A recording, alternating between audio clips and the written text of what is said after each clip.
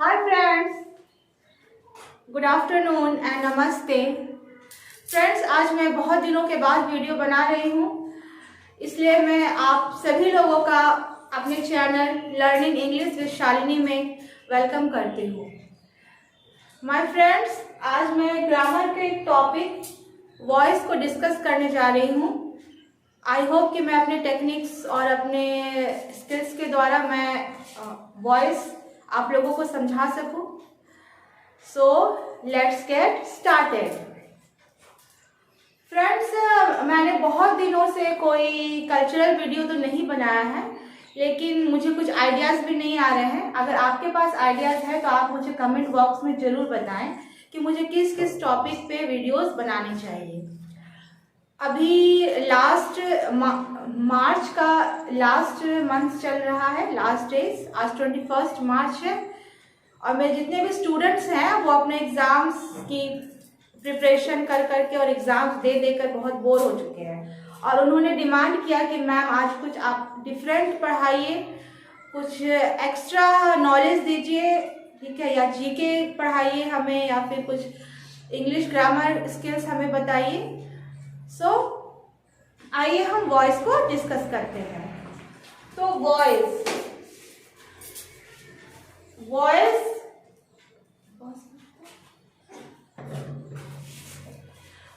in a sentence denotes the relation between the doer and the receiver of the action.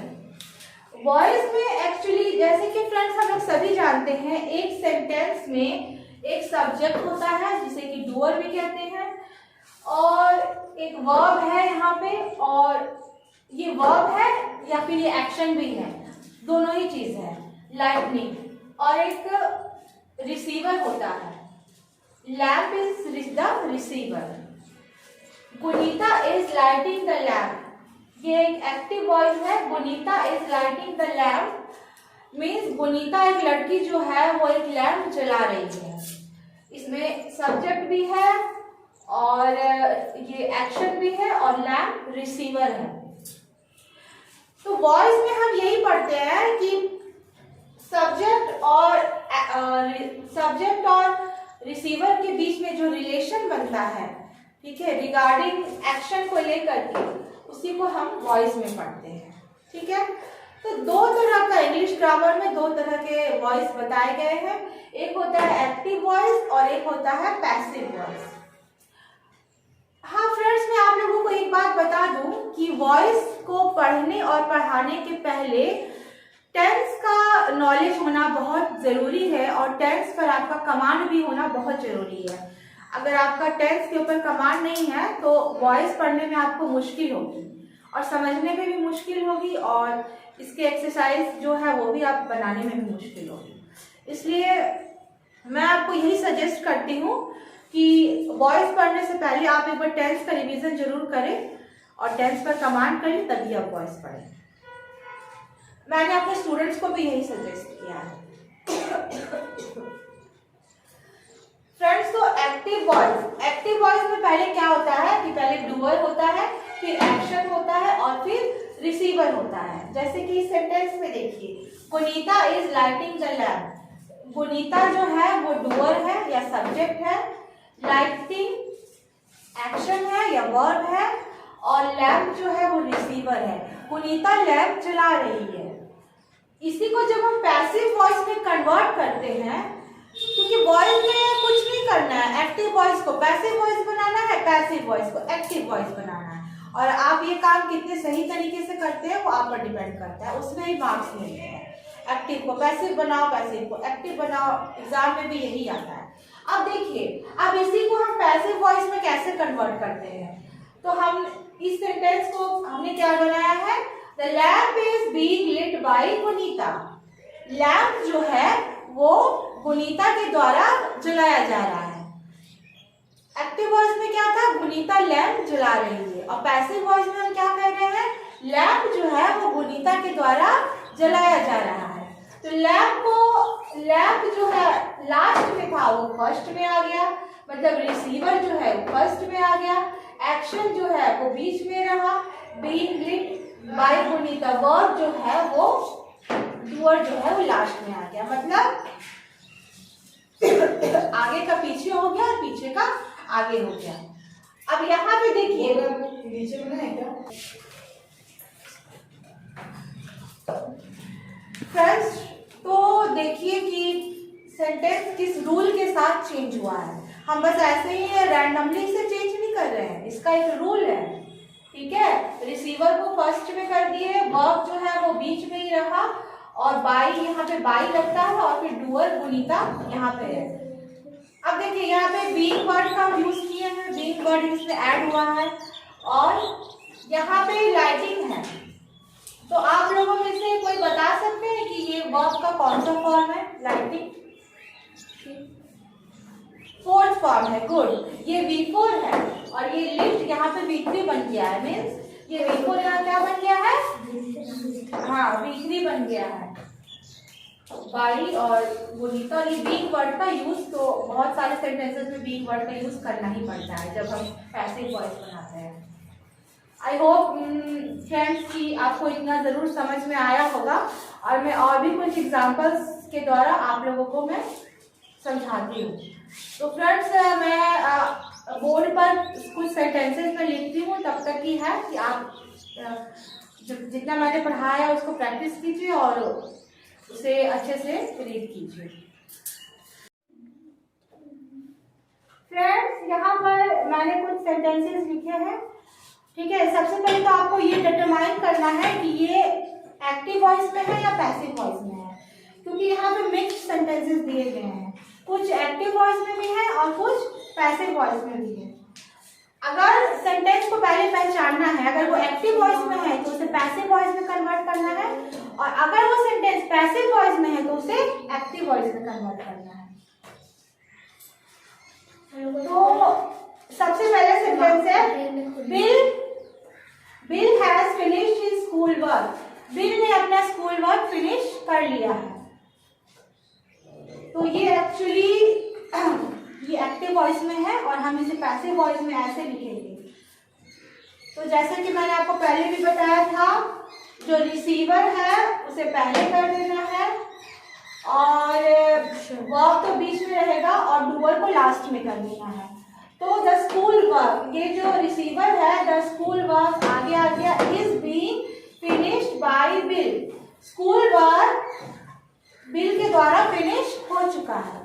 मैंने passive voice में convert कर दिया। देखिए यहाँ पे बीइंग वर्ड का यूज हुआ है और बाय वर्ड, ये सब आपको अपने से ऐड करना होगा।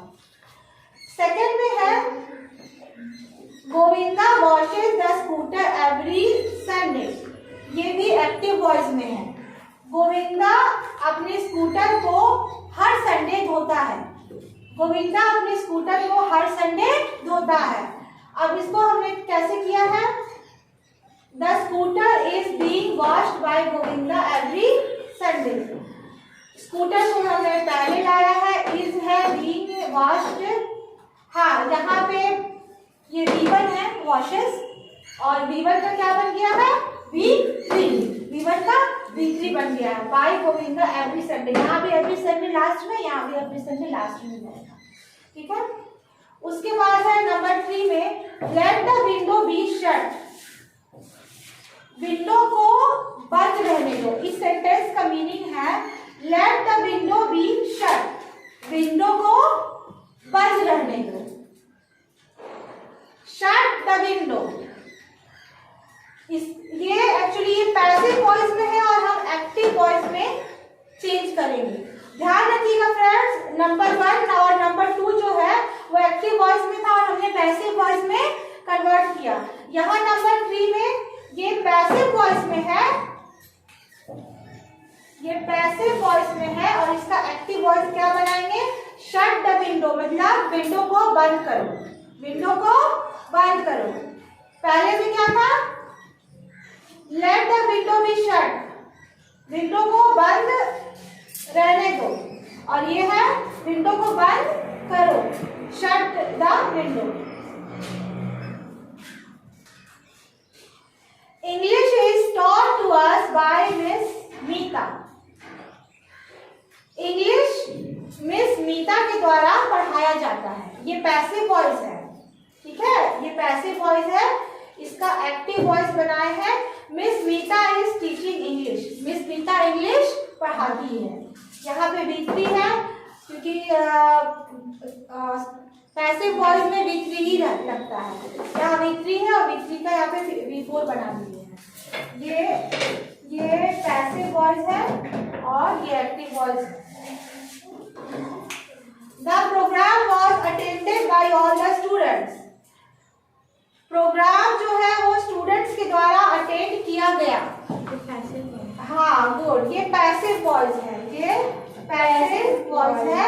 इसका एक्टिव वॉइस बना है all the students attend the program. सारे स्टूडेंट्स ने प्रोग्राम अटेंड किया। ये एक्टिव वॉइस हो गया और ये ऊपर वाला आपका पैसिव। हाँ, प्रोग्राम जो है वो स्टूडेंट्स के द्वारा अटेंड किया गया। ये पैसिव वॉइस है। Thank you my friends. और भी मैं कुछ सेंटेंसेस दूंगी प्रैक्टिस के लिए। आप उसे होमवर्क में बनाकर मुझे कमेंट बॉक्स में दिखाइएगा। मैं और इसका प्रैक्टिस आप लोगों को कराऊंगी, लेकिन पहले मैं बोल देती हूँ कि अगर जिनको इतना पढ़ाने के बाद भी समझ में नहीं आ रहा है तो वो टेस्ट का एक बार रिवीजन जरूर करें। Thank you.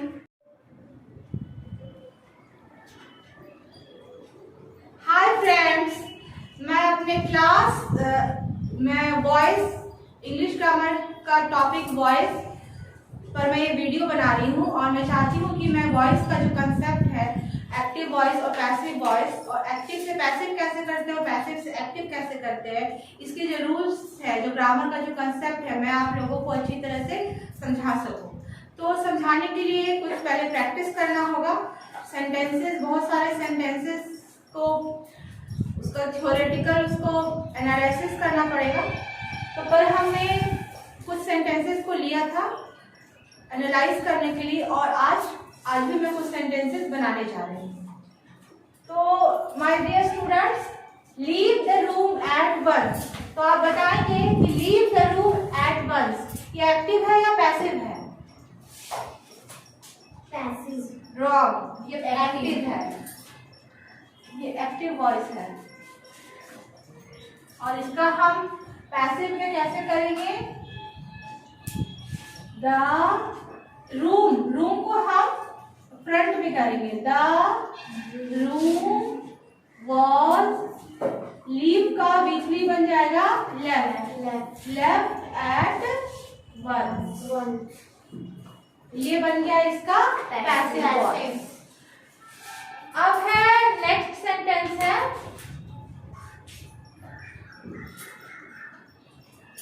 Tim has decided to pursue higher studies in chemistry.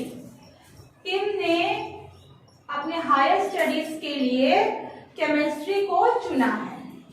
हम लोग डिफरेंट सब्जेक्ट्स को चुनते हैं अपने हायर स्टडीज के लिए। मैंने अपने हायर स्टडीज के लिए इकोनॉमिक्स को चुना और बचपन से ही मेरा इंग्लिश में बहुत ही डीप इंटरेस्ट है और मैं बचपन से ही चाहती थी कि मैं अच्छा इंग्लिश स्पीक कर सकूं, मैं रीड कर सकूं, मैं ज़्यादा से ज़्यादा नॉवेल्स पढ़ सकूं, समझ सकूं, न्यूज़पेपर्स समझ सकूं, हिस्ट्री समझ सकूं इंग्लिश में। तो इसलिए मेरे इस इंटरेस्ट ने मुझे आज एक इंग्लिश टीचर भी बना दिया है, प्लस मैं इकोनॉमिक्स भी पढ़ाती हूँ, इंग्लिश भी पढ़ाती हूँ। तो फ्रेंड्स, टीम ने अपने हायर स्टडीज के लिए केमिस्ट्री को चुना है। तो मेरे स्टूडेंट्स बताएंगे कि ये एक्टिव है या पैसिव वॉइस है? Active voice. Active voice, very good. इसका हम पैसिव बनाएंगे।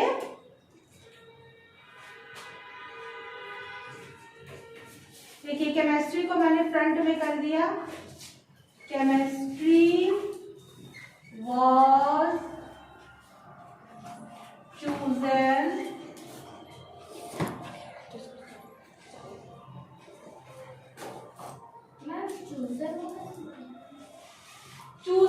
choose वो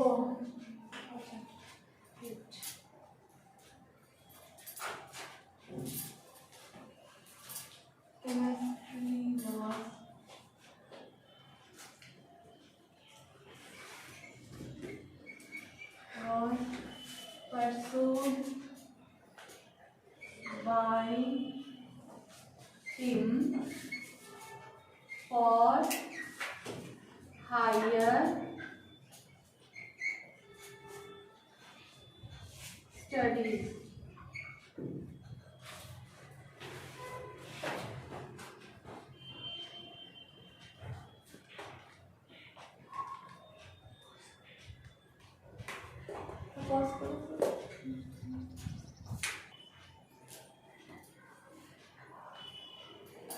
जब भी हमें कुछ सेंटेंस मिले एक्टिव वॉइस में है, मुझे पैसिव में करना है, तो पहले हमें देखना है कि वो सेंटेंस प्रेजेंट टेंस में है या पास्ट टेंस में है।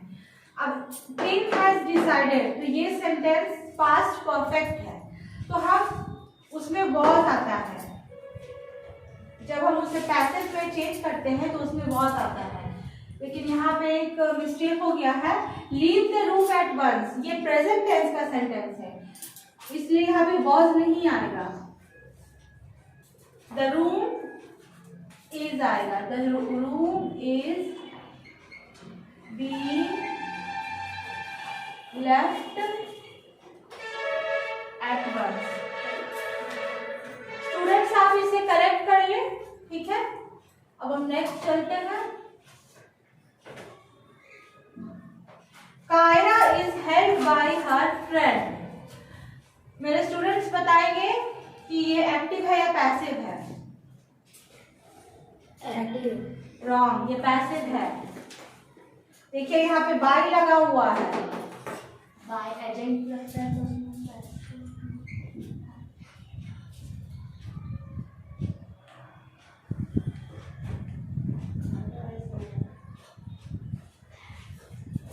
इसका पैसिव ऐसे बनाएंगे,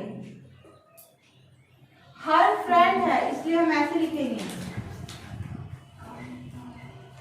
कायरा's फ्रेंड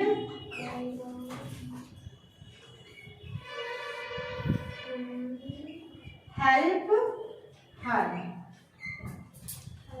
कायरा's फ्रेंड हेल्प हर। यहाँ पे प्रेजेंट टेंस इसलिए लिखा है क्योंकि यहाँ पे ये पैसिव वॉइस में क्या है, इज है। पैसिव वॉइस में क्या है, इज है, मतलब ये सेंटेंस प्रेजेंट टेंस का है, इसीलिए यहाँ पर प्रेजेंट टेंस का वर्ब भी प्रेजेंट टेंस का है। कायरा's फ्रेंड हेल्प्स हो जाएगा, हेल्प्स ऐसे लगेगा क्योंकि नाउन जो है वो सिंगुलर है। उसके बाद सेंटेंस है Reeva is scolded by her father. ये क्या है, passive voice. Passive voice. Good, मेरे स्टूडेंट्स तो अच्छा परफॉर्म कर रहे हैं। मुझे तो लग रहा था कि पता नहीं एक्टिव पैसिव थोड़ा वॉइस थोड़ा सा डिफिकल्ट है, तो पता नहीं स्टूडेंट्स कैसा समझेंगे या नहीं, मैं समझा पाऊंगी या नहीं अपने स्टूडेंट्स को, बट वो अच्छा परफॉर्म, आउटपुट अच्छा आ रहा है। Reeva is scolded by her father.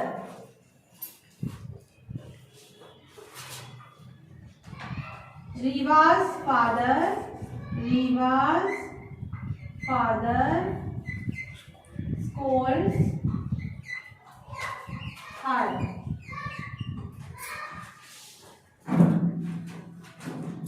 Last sentence है एक्टिव वॉइस। क्वेश्चन तो पूछने दो। The principal shouted at the peon. बोलो, एक्टिव वॉइस। ओके। अब इसका पैसिव वॉइस बताओ, ट्राई करो, कौन बताएगा। The principal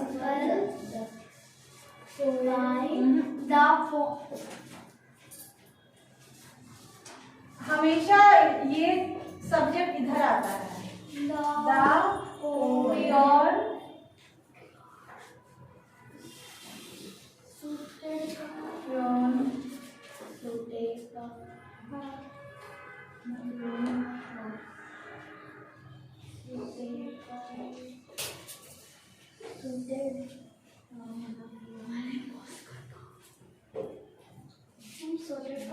ये शाउटेड है, मतलब कि एक्टिव वॉइस में है, और ये क्या है, शाउटेड है, मतलब कि पास्ट टेंस का सेंटेंस है, इसीलिए हमें क्या लिखेंगे, was.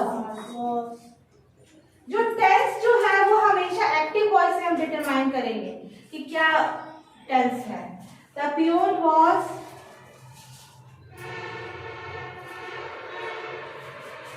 peon was shouted by the principal.